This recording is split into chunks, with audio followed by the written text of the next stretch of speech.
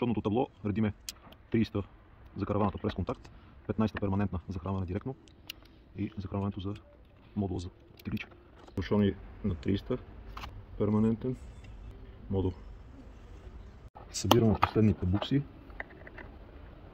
и кората е готова за затваряне. Поставяме нови щипки на клиента, защото при предното сглобяване, разглобяване на колата вижте как са изкривени. Последно винче и сме готови с автомобила. Капачета.